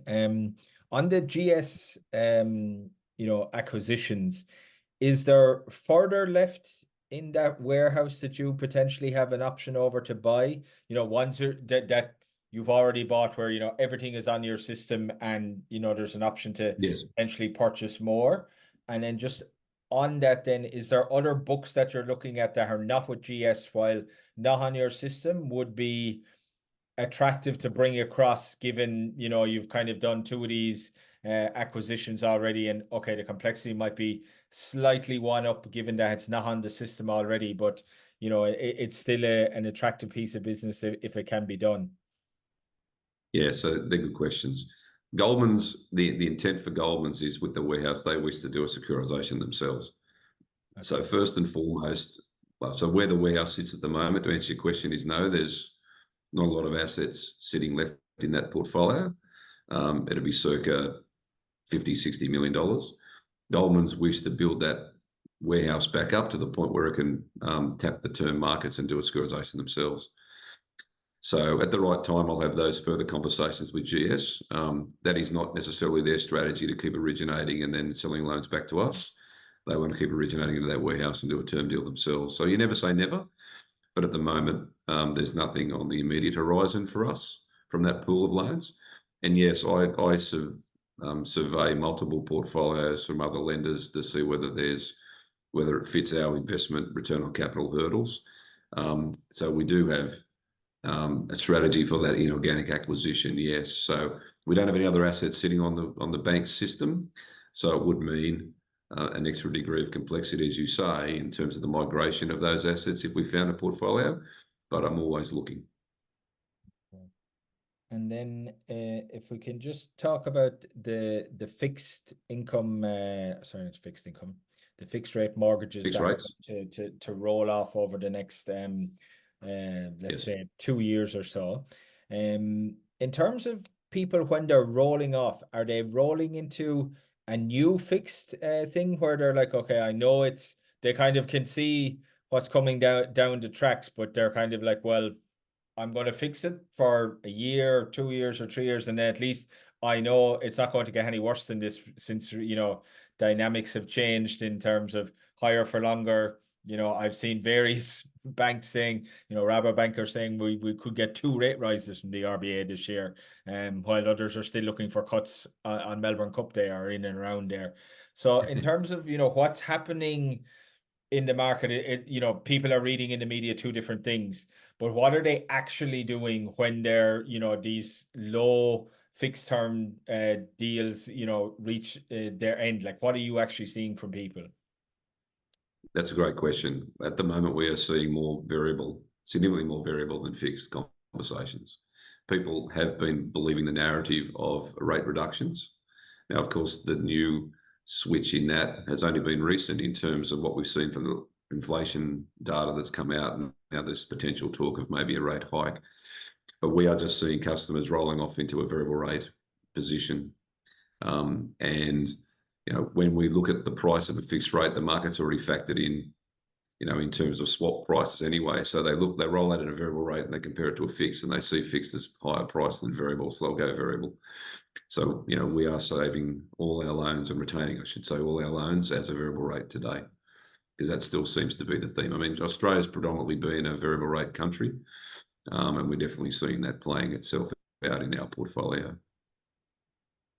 And then I do just want to talk, you know, with the tick up, and it's across the industry. It's not specific to you guys. The tick up in, you know, arrears and hardships, and, you know, bad debts are going to, you know, be a feature of you know, bank presentations for the next little while for everybody.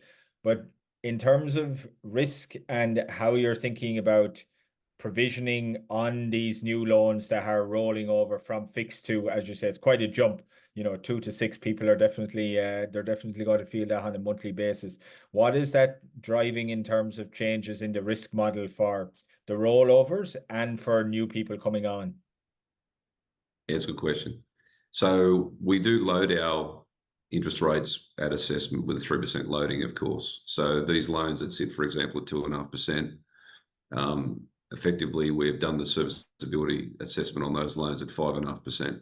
So yes, there's still a small delta from where actual rates are to that 5.5%, and a lot of it comes down to the adjustment of discretionary spending, which is ultimately what the RBA is wanting people to do and wind that back. And what we've seen is people with respect to their home, and that's what we're looking for as a borrower, where they do respect making their mortgage payment first and foremost, and they are adjusting their discretionary spends afterwards. So that's ultimately the inbuilt protection we have in our back book, in that we have factored in that level of stress. And not every loan is at a 1.0 serviceability either. So what I mean by that is it doesn't mean that they're bang on 5.5. It effectively means that that's the minimum floor that we assess. So loans can have a serviceability ratio of higher than that, which means they'll be able to have that extra flex to service higher debts too. So that's the back book, and we're not seeing yet. It has been a concern of ours as to will that book maintain performance that has been rolling off, fix the variable with that payment shock. But I have not seen that come through in our statistics at the moment. In terms of new business, absolutely, we consider particularly the nature of business of the SME that we're looking to transact with.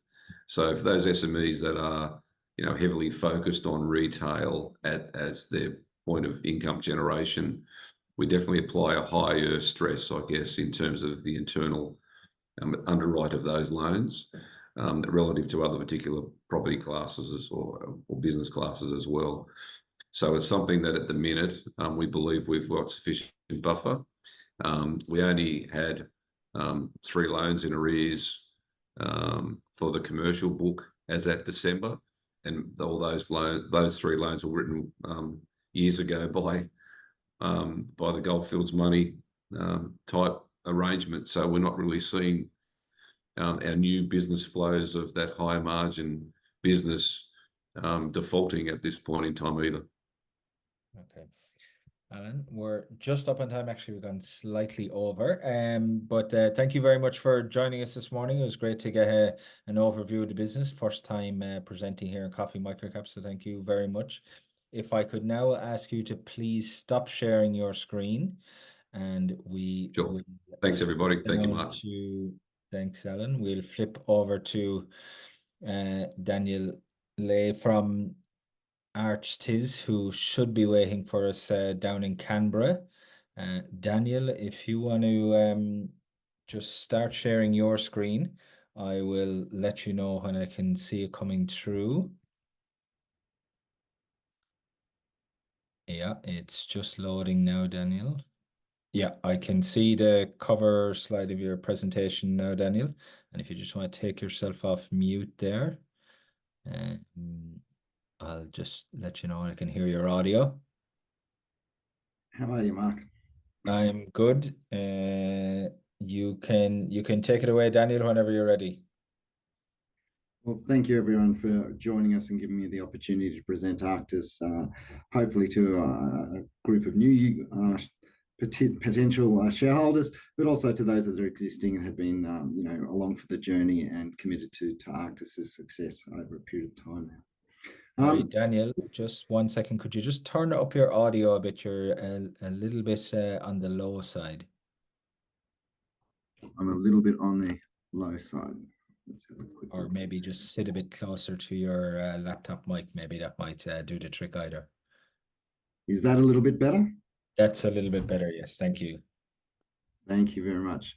Well, again, welcome everybody, and thank you very much for your time to be able to present ArchTIS. ArchTIS's slogan there is trusted to safeguard the world's most sensitive information. And I hope by the end of this presentation, you'll understand that that's not just an ambition, that is what we are currently doing today in a very complex international environment where, we're seeing geopolitical situation degrade. And obviously with the most recent incident with the Australian Seahawk helicopter and the flares from the Chinese jet, it is a very nervous situation globally for security. Natural disclaimer, all the good things up there.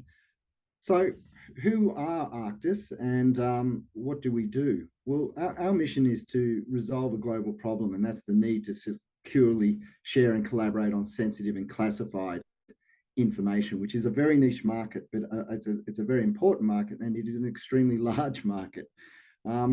We are focused on unlocking the potential of an information-driven world by enabling trust. And that's really key, because the differentiator there is not technology, it is trust, which is a human factor. And obviously, when you're dealing with classified and sensitive information, whether it's with government, defense intelligence, communities, or even if it's actually intellectual property through the manufacturing space, it becomes very critical when it's in the digital format to be able to secure, share, collaborate on that information and make it productive.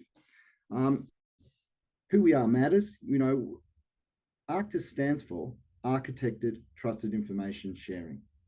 Now that trusted information sharing was a terminology which came out of 9/11 when they found out that intelligence agencies, law enforcement agencies and border protection agencies all had enough information to stop the attack on the Twin Towers, but did not share it because they didn't trust one another as agencies. So that's where, how long ago that terminology was phrased. You know, and then there was this quote made by Sir General David Hurley, which was, "Trust, not technology, is the greatest obstacle to sharing and collaborating on information." And we set our sights on solving that problem globally. How do we do that? We empower information owners to set their own access policies on who, how, when their data is accessed and what it can be used for, and what the permissions of somebody else can utilize it for. And that, of course, ties into sovereignty, particularly if you're sharing information across international jurisdictions. You know, what we do is zero trust data-centric security, which is the fastest growing aspect of cybersecurity. Data-centric security and zero trust are now mandated across the UK, the US, Australia. It's being implemented in Japan as we speak. South Korea, India is mandated control mechanisms for classified information in those countries. Why is that? Well, essentially, networks are now assumed to be compromised, meaning that other nation state actors have access to them. So what they're now doing is saying we need to control the data itself, wherever it travels, wherever it crosses boundaries, we need to be in control of that data. And we are the company at the forefront of that globally. And that's not a boast, that is what we do. We have been recognized as the Australian Defence Industry Cyber Business of the Year for 2 consecutive years running. And this week, this morning, we just announced that we won the Cyber Security Excellence Awards for a couple of our products, our key products, which I'll go into in a little bit. So we are a credentialed company. We've been validated by the US Defence Department, the Australian Defence Department, and a whole associated number of the primes that serve them. What are the problems that we solve? The key problems we solve is, how do you securely share information across the supply chain?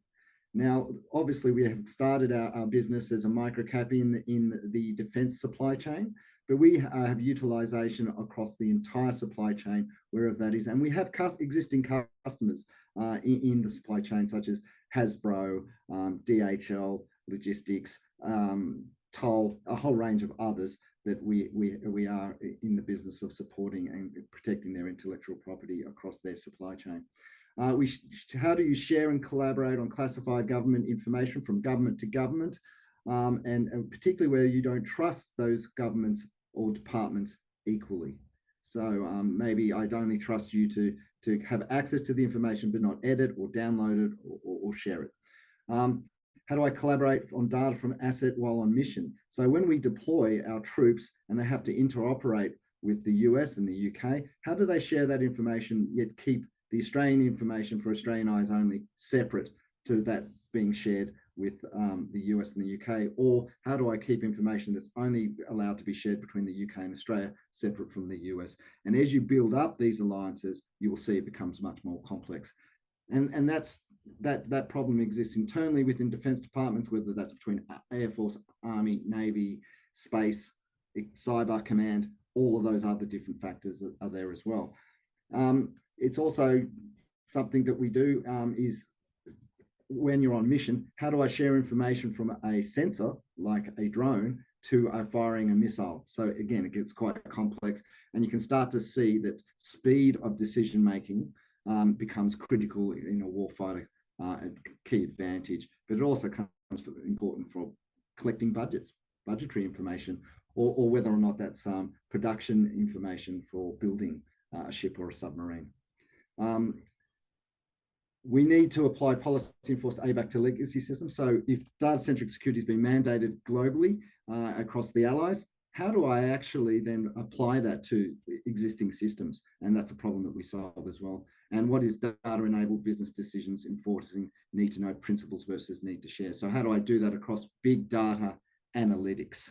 How do I do that across data warehouses? How do I collate a whole lot of information from satellites, pull that together and understand that from an intelligence perspective, and look for maybe a white, what we call a white water, where something has breached the ocean, like a submarine coming up? How do I check all of that, hours and hours of videos just for that one thing? I can do data analytics, machine learning, etc. So how do I do that as well? How do I share information between allies across satellites? So we are at the forefront of solving very complicated problems that have a high significant need to be resolved pretty urgently. In doing that, we have developed 3 products. The first one there is NC Protect, which is how do I apply those policy-enforced attribute-based access control for data-centric security. What a mouthful that just was. But just think, how do I control access to data itself and travel with that data? Now, what NC Protect is essentially something that can scan your network, find out what the data is, help you classify it, and then put place enforcement controls across it in alignment with your policies for your compliance regimes. That's essentially what it is. Where does it fit in? It's a toolbox to build systems out of the Microsoft business application suites, whether that's Teams, whether that's SharePoint, whether that's Exchange. Why is that important?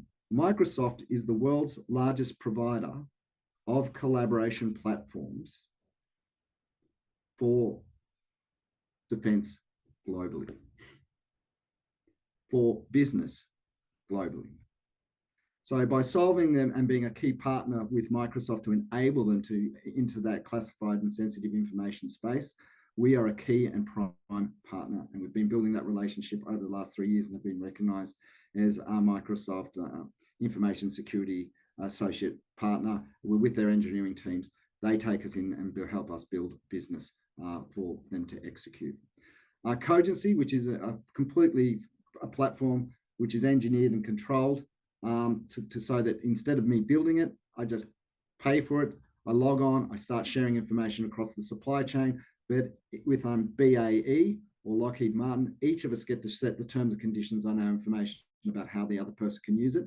Maybe they can't only see it in a secure reader with their name, the person's name written across it and the time they access it, so they can't take a photo of it and then share that. And if they do, they're found out.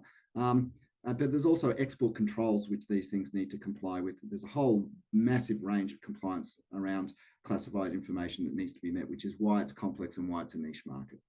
And of course, why it's high value. Cogency is the #1 platform for sharing and collaborating across the defence industry in Australia.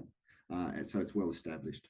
And of course, what we're looking at now is a new problem and product which we're resolving in there, which is structured data, so big data analytics, which has come off a number of our wins with the Australian Department of Defence to advise them on architecture and building and solving that problem across structured data, big data analytics, when we were engaged by KPMG for the 1DDP defence program. So a couple of things. We have products. We've built them because they don't exist in the market to solve the problem from our expertise, and we are recognised as the world leader in this space. And of course, the awards that I just mentioned were for Cogency and NC Protect that we've just announced. Why is all of this important?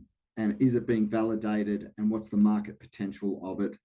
Here's a quote from the Deputy Secretary of Capability and Acquisition and Statement, who controls a multi-billion-dollar per annum budget. So this is the guy that's buying joint strike fighters, overseeing the infrastructure for building nuclear submarines, air warfighter destroyers, land vehicles, and this is what he has made an announcement. in the next 6 months, I'm hoping to establish a protected level cloud environment to support collaboration with the industry. That's really key, because now what he's saying is we're going to start to mandate this stuff. And obviously we feel we're in a very strong position to be one of the components of that, with Cogency as our collaboration platform and uplift cybersecurity. Where did Cogency come from? It came out of the defense environment at the top secret layer, which was sharing information between the US and Australia. So it has great credentials, and it's already, as I said, the #1 defense industry classification sharing product. You can already see there the number of the clients that are on the product and how that's being shared. So when you talk about critical mass and building up to exploit, and then to hit that growth phase of your business with network growth effect, that's really important. Cogency is available as a software as a service platform on a protected cloud already for industry, and is currently being evaluated by the Australian Department of Defence, and has been utilised by the Australian Department of Defence at much higher levels of security than protected. We are, as I mentioned already, a trusted defence supplier. And this is a case study from Brigadier Warren Gould, who's now the head of ICT operations in Defence. And again, NC Protect is the product that gets deployed when our troops get deployed. So as they set up their ICT environments outside of Australia to share with Indonesia or anybody else, our products are what's segregating the data and controlling that and protecting it from Australia's perspective. So again, and they were so happy with the product, they've volunteered this use case study, which is public. Our trusted data integration platform, what it does is simply take data from multiple sources, from multiple different parties, aggregates that data, applies security across it to meet the compliance requirements, and segregate data from a contextual view. So if I'm a machine worker in the shipyard and I access information, I can only see that information that's totally relevant to me. If I'm the admiral sitting in defense and I want to see how this is progressing, that information will be then served up to him in a digital twin, a view of the ship, and I could click on any compartment and see how well it's being built. Is it on time? Are there supplies that are lacking or have been delayed? And what's the status of maybe how much toilet paper that needs, etc., etc. So we are in a position to aggregate all of that information and then provide it to multiple different parties on a need-to-know basis. That is incredibly powerful. It is a world first. So we are leading the world in that sort of style of information, solving those information challenges. How are we performing as we go through this process? Well, we're doing very exceptionally well. Revenue's up 47% on the prior comparative period for the quarter. Year to date, revenue's up 101%. Our OPEX is down 22%. We are committed to making sure that we drive towards cash flow neutral and positive over the next few months. We've had significant customer wins over the last period.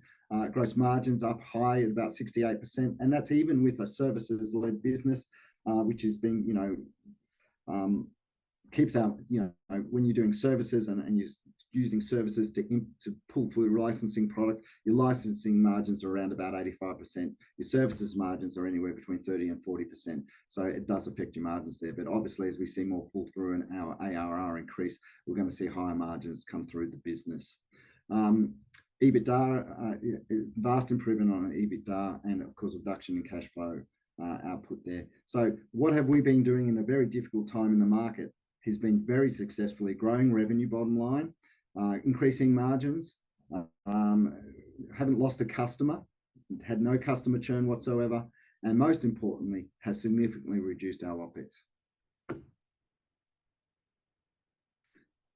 Just a quick view of that. For the quarter, up 47% on previous comparative period in terms of licensing and servicing revenue. Significantly, there's the license services, 20 bonus point increase in our gross margins, and 11% increase in our ARR across that quarter. How's that looking from a year to date? Speaks for itself. We've been actually, performing pretty strongly. The frustrating thing for us, and probably for a little bit for our existing shareholders, is the Defence Strategic Review came out last year, 18 months ago. That caused a massive restructure internally within the Australian Department of Defence, which decreased the expenditure. I mean, we've just heard recently Richard Marles talk about a $50 billion increase in the budget for defence spending. It's nearly $300 billion across the next 10 years.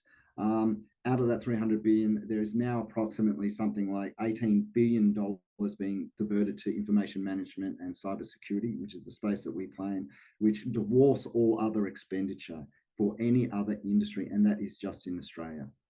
Globally, there's $3.2 trillion being spent in the defence marketplace. Out of that 3.2 trillion, we have effectively two players that make up 54% of that expenditure, which is China and the US, which gives you a clear indication that globally we are in an arms race. If you look at the US National Security Strategy, it says in dot point 3, our greatest competitive advantage is the ability to form and execute alliances.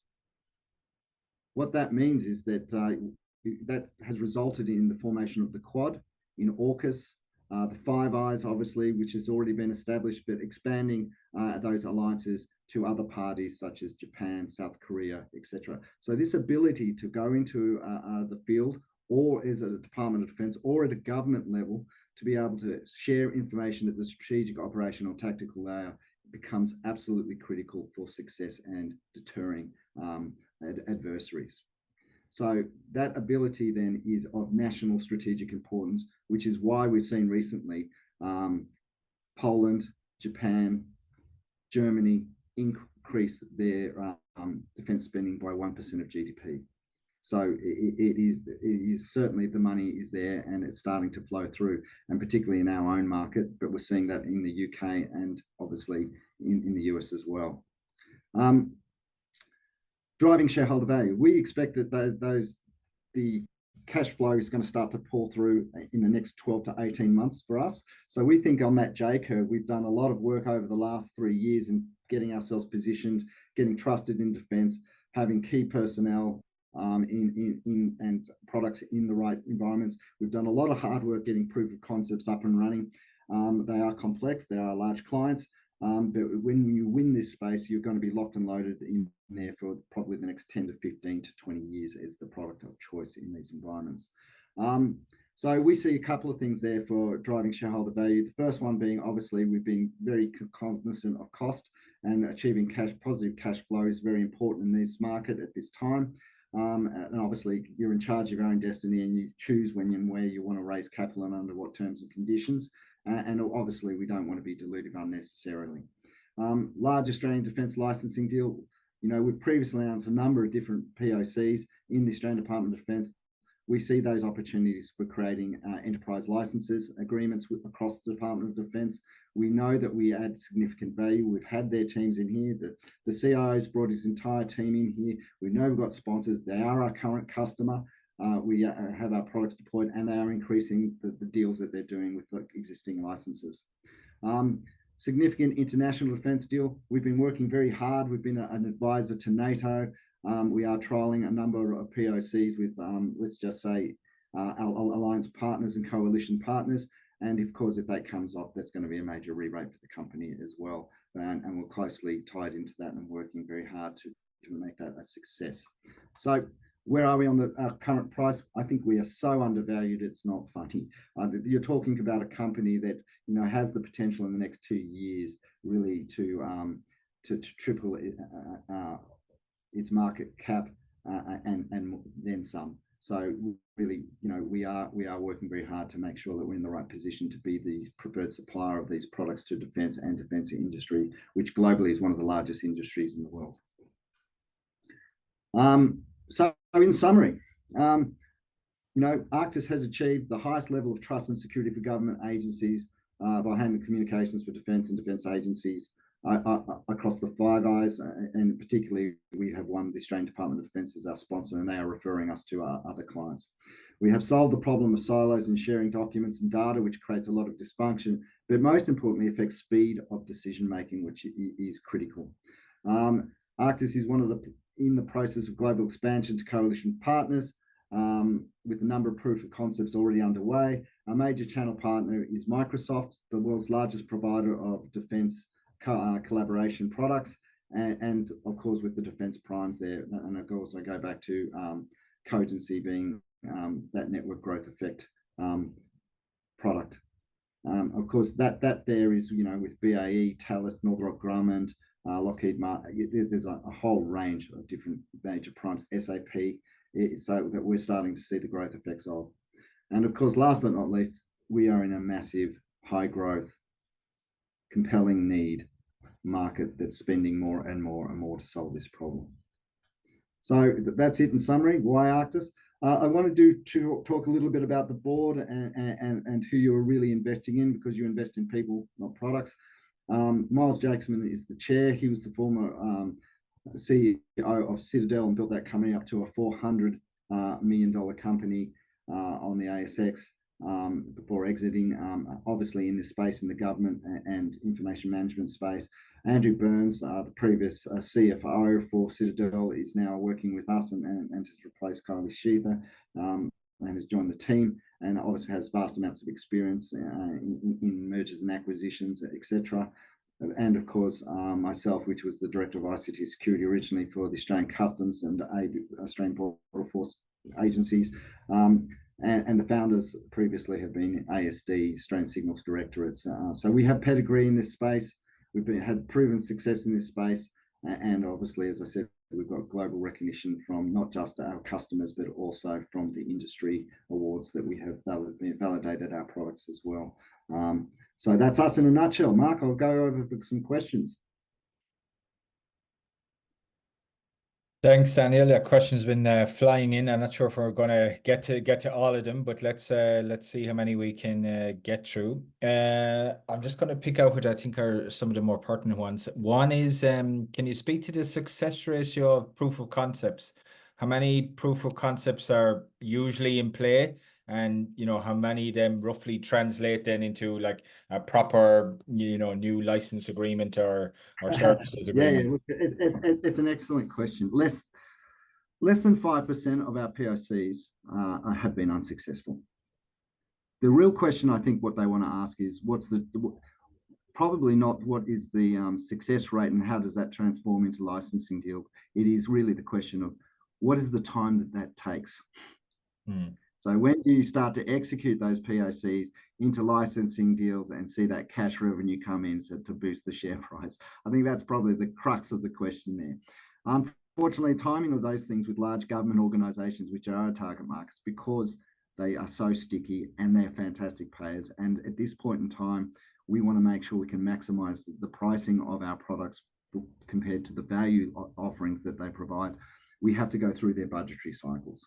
So as I said, the Defence Strategic Review and AUKUS arrangements globally to build an integrated supply chain for UK, US and Australian defence forces. You know, that's going to take some time. They're still working on how they do that. The proof of concepts that we have conducted with these agencies has been successful. We know that we are now about competing for allocation of budgets. And as those budgets life cycles roll around, I think that we'll find that that's when we start to make these big significant announcements. I think that might be unfortunately out of my control. I'm just as frustrated as others about that, because we know that we've been successful in improving the capability. That leads nicely into another question. Previously, it's been mentioned that the Defence Strategic Review was a positive outcome for the company. Is this no longer thought to be the case? I think maybe, is that more to do with this whole restructure has delayed people actually making decisions? That's why it actually means there's more, they put more of a focus on cyber kind of going, if you can, because I'm trying to remember from your presentation, you know, that there's increased budget to cyber security now, but the whole reorg has now has clogged the flow of cash to come down to solve the problems. Absolutely, that's exactly what's happened. So the Defence Strategic Review was written by a fellow, one of the key authors there, one of the two authors was in fact Stephen Smith, who was the chair of this company, the inaugural chair of this company. We know the problem exceptionally well. We've always been sole sourced in the Australian Department of Defence. I don't think that's going to necessarily change, but the Defence Strategic Review has focused them on the warfighter capability, less on enterprise capability, but that restructure has slowed the flow of the funds to solve the problem. But that just means there's, like any good dam, the water's banking up. So when it does start to flow, I think that, you know, if you're in the right place at the right time, which is the key to any good business, and that's my job, to put us in the right place at the right time, that's when you'll start to see those significant deals come through. Question then, biggest challenges in the rollout of your offerings domestically and internationally? Is it? Look, our biggest challenge is that, you know, is convincing that this is possible. Because, you know, when we started 3 years ago, we were probably, you know, NATO have said we are 5 years ahead of their conceptually where they need to be. But the truth of the matter is they need to solve these problems now. And we have probably spent the last 3 years educating the market and positioning ourselves, and through these proof of concepts now validated that we can do it. And what we're seeing with the geopolitical issues and challenges is they very rapidly have come to realize that they need to solve it. The key there is that it's now been mandated across those defense forces, data-centric security and zero trust. It's been mandated, which means that they accept that they need to do it. So I think that we're in a very strong position. But it's been the hardest thing for us and challenge for us is been educating the market, the timing of it. And that they're probably been the two biggest challenges for the business. Moving on to a different market, the investor market. We've got a question around here on, you know, Periscope Capital Partners saying they're looking to deploy capital into the defense sector. I think look at asset managers globally are looking at defense with fresh eyes, given, you know, what's happened over the last 2 years. And, you know, we've had a business you're probably maybe familiar with. Drone Shield have been a regular presenter on here over the last 3 to 4 years nearly, I think. But I think, you know, asset managers, portfolio managers, whatever you want to, investors more broadly are re-looking at defense and saying, you know, we're in whatever you want to call it, Cold War 2.0, Cold War Light. You know, I've heard of a few various expressions, but, you know, people are recognizing that large amounts of government budget are being, you know, reorganized. We've seen the expansion of NATO for the first time in a generation, with Sweden coming in and others possibly. So in terms of, you know, your last capital raise, institutional investor interest, just investor interest more broadly, has that started to flow through to you in terms of, you know, presentations like this, one-on-ones, and maybe just talk about, you know, changes you're seeing in the register, if any, at this point? Has that actually flowed down to you? Oh, you look, like all microcaps, you have this process of registration renewal and interest from different institutional investors. We are specifically, you know, we're very specific about what we want to do. Part of the reason that we want to move towards cash flow positive is because then obviously we can grow as these deals come in, and we can always go back to the market for additional investment. But the tight liquidity plays against you, and it also plays in your favor when you re-rate. So those things are probably important. But if, you know, are we open to new institutional investors? Absolutely, we are, if they're the right investors. And I think that's the key. Where you are starting to see some of these defense-orientated investors for the right period of time for the right investment. Whether that's a placement or how that comes about, you know, we will look at every opportunity to build the company in the right direction, expand it, but we'll also look at the right merger and acquisition targets as well. So it's always a high balancing arrangement between strategic technologies versus revenue positive opportunities in the right, but they've got to be aligned to your strategy and your execution. And so the answer to that question would be yes. But are we actively doing anything about it at this point in time? No. What we're actively focused on is executing cash flow positive what we're trying to make sure that we're in the right position to take advantage of any enterprise license deals that come across, and overseas opportunities to validate the global application of our products, because these things fall like dominoes. Once you win these spaces with those key stakeholders, growth just happens. You become the default because you're the answer when they need things done quickly. And really, that's the game that we're chasing. So it's not just about good returns. It's about, if you win these spaces, it's astronomical returns. You're talking about, so that's what we're chasing. Okay.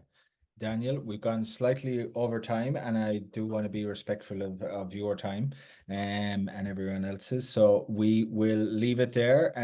Apologies if I didn't get to people's individual questions. We just kind of ran out of time there, but hopefully we can get Daniel back in later in 2024, and he can give us an update. Then we can tackle a few more questions. Daniel, thank you very much for joining us this morning. Thank you very much. Thank you. Thanks, everybody, and I wish everyone a good rest of their Thursday. Thank you.